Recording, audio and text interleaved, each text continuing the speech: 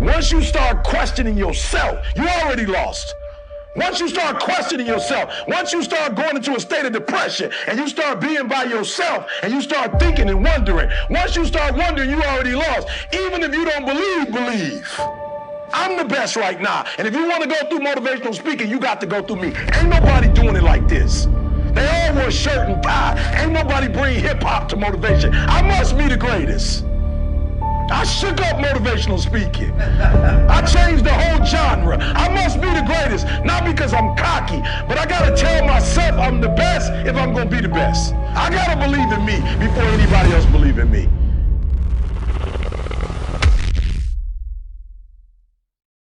I took the information that I was given and I murdered it. What do you have today that you've never had before, and what are you gonna do with it? Is there anybody in the room, you still have some room left for some goals and some dreams? All right, so here's what I want you to do for me. I want you to write that down for me. All right, I want you to write that down for me. All right, now remember, the goal is execute. All right, so here's the challenge that I have. So there are two groups of people walking the earth. All right, you got one group right now. Now, both groups have these dreams and these goals. Both groups, from the time that they were young, saw things on television, read things in books. They physically saw people doing things. And it was like, yo, I want to do that. Like, I want that. I remember being a kid, you know, and I used to watch the Brady Bunch. And I used to be like, yo, I want a family like that. I remember watching it. See, my mom had me. She got pregnant at 17 with me. I didn't really start talking to my biological father, like literally having a conversation with my biological father until I was 30. So as a child, because I didn't have that, you know, traditional home, I remember looking at the Brady Bunch going, I remember, oh, Leave It to Beaver. Oh, Leave It to Beaver. Like, I just was like, you know, as the Cleavers, like, they just had it going on. You know what I'm saying? They never like really argued. You know what I'm saying? Like, they worked everything out. Everybody like had roles and response. It was just, they were great. Right? And so I remember growing up, like, yo, one day, like, this is my reality. But one day I'm gonna have a family just like Leave It to Beaver.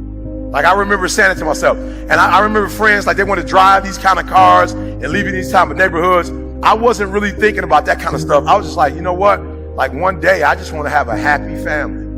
Like, I want to come home and I want my kids to like run up to me, Dad. When they get older, I want them to be proud of me. Right? I just had these dreams. I'm gonna put my kids through college. They're not gonna have to pay for college. I'm gonna put them through college. Like, they're gonna go to, you know, these big colleges and whatever. And I had dreams.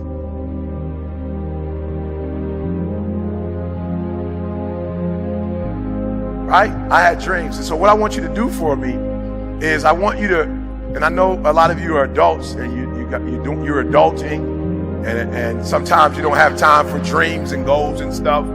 Right? But I want you to do me a favor. Like, don't let life do you like that. Like, don't let life put you in a circumstance or a situation where you stop dreaming. Like, don't let life put you in a situation where you are helping somebody else make their dreams become a reality. You forgot you have your own.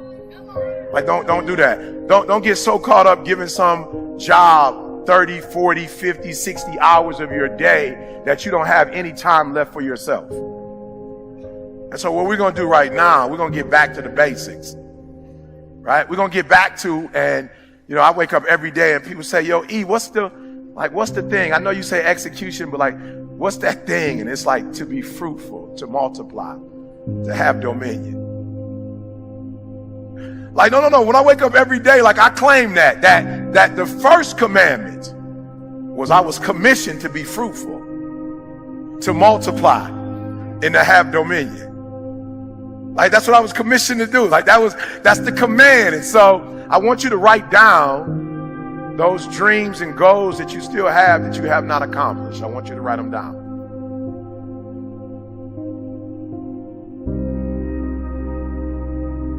And so do me a favor. I don't want reality right now. I'm not interested in how much your student loans are. I'm not interested. Because your student loans are sucking your dream. I'm I'm not interested right now. And I got a divorce, and right now I just can't. I'm not interested. I'm not interested. Eric, I lost a child, and you don't know what it's like to. I'm not interested in your reality right now. I want you to get back to your dreams. I want you to get back to your goals, because no matter what has happened in life, you've got another 30 years, another 40 years, another 50 years. Like, you can't get stuck on, like, you can't let that thing that devastated you in 1989, the thing that devastated you in 1996, 2001, like, you can't wake up every day to 2001. 2001 was a tragedy, yes it was, but you can't stay there. You can't keep waking up to that. You gotta wake up to your dreams and go. Look, I always tell people, we all go through pain. Get a reward for yours. You know, we all go through pain. We all go through pain. We all go through something. We all go through our go through. I wouldn't have time to tell you about all the trauma that I went through in my life. But I just figured, since I went through so much trauma, I might as well use the trauma to make all my dreams become a reality.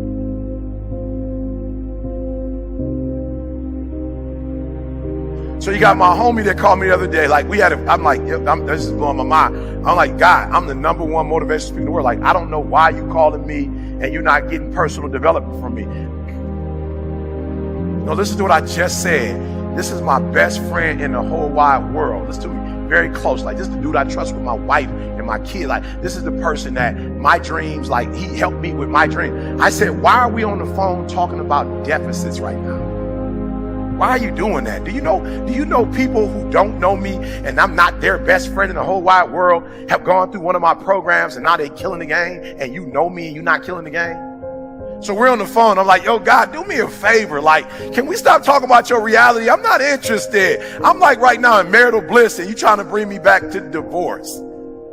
Like, you talking about your marriage and where it ain't. I don't want to talk about that right now. I'm in bliss, so don't bring me there.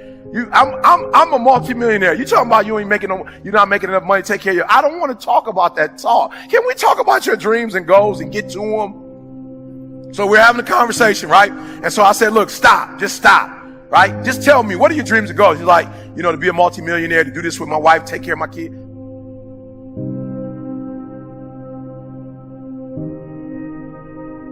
Look, I want you to look at your goals, and I want you to ask yourself this question. Do you know what it takes to make that happen? Like, do you, like literally, like, because this is all it's going to take. 3 things, this is all it's going to take. Do you know what it takes? Look, the only thing it takes to go from where I went to, a homeless, high school dropout, sleeping in abandoned buildings, eating out of trash cans. I went from being a high school dropout, getting a GED, to having a PhD. Listen to me. The only thing it takes is knowing what it takes. So one day I woke up and was like, okay, E, stop talking about what you don't have. You need to know what you don't know so you can get to where you're trying to get to. Listen to me, guys. I'm real simple. The first thing I'm going to ask you, do you know what it takes? That's it. Now, if you know what it takes, that's great. You mark it off.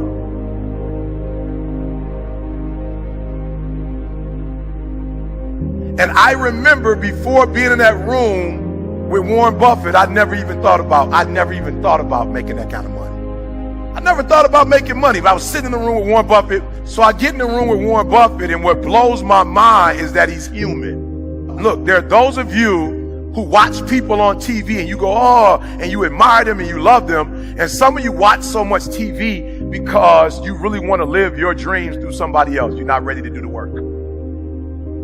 Real, so you watch it on TV so you can get inspired. And so Warren Buffett, everybody's sitting down, Warren Buffett walks in the room, and when Warren Buffett walks in the room, it blows my mind. I'm like, yo, this dude is human. Like, he didn't come in with an Italian suit on. He came in with like a normal, I'm like, that's a normal suit.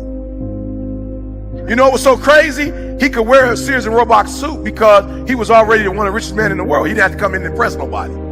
He didn't have to come in and prove that he was rich, because we know he's rich. I'm like, what an amazing feeling. Like, you can be your authentic self. Like, Warren Buffett didn't have to come in, because some other guys came in and they had the suits that he didn't have on. And they had the $1 million watches that he didn't have on. And they had the shoes that he wasn't wearing. He had a normal tie on. He didn't have it all the way up. He didn't have a Pat Riley like cut.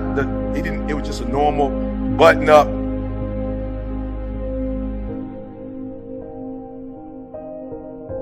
And he came in the room and he's not GQ. So he wasn't trying to act like he came in to give financial advice.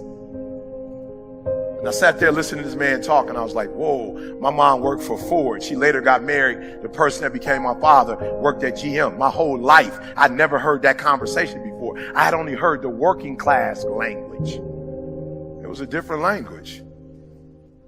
And I walked out of that room, was like, yo, I know what it takes.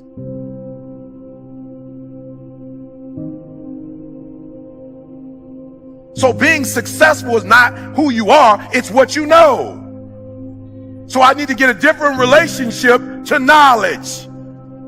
So you're in this room and we've been here for a few days. We did not come here to be entertained. You did not come here to get pumped up. And I'm telling you, I'm hyped right now. So I'm hyped, but I did not come here just so you can get pumped up or get hyped. You have been given information. You are this close to making every dream you wrote down happen. Why? Because you have been taught by the best of the best.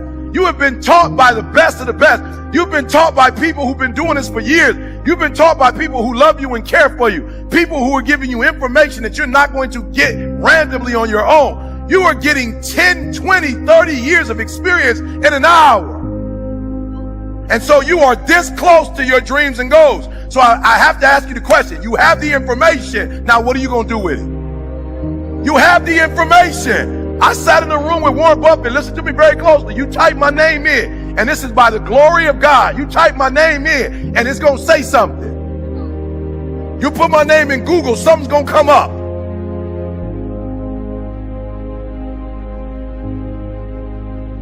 I come from working class parents, but when I left that room with Warren Buffett, I became a multimillionaire, and I never had to talk to Warren Buffett ever again. I didn't have to call Warren Buffett and ask him, now what did you say again? I took the information that I was given and I murdered it. What do you have today that you've never had before, and what are you going to do with it? You have enough information right now that if you never got any more information, you have enough to make everything you wrote down become a rap. Here's the challenge though. The challenge is not what you know. It is not what you've learned today. The challenge is what you knew before today. I'm going to say it slower because it's the simplest thing I'm ever going to say.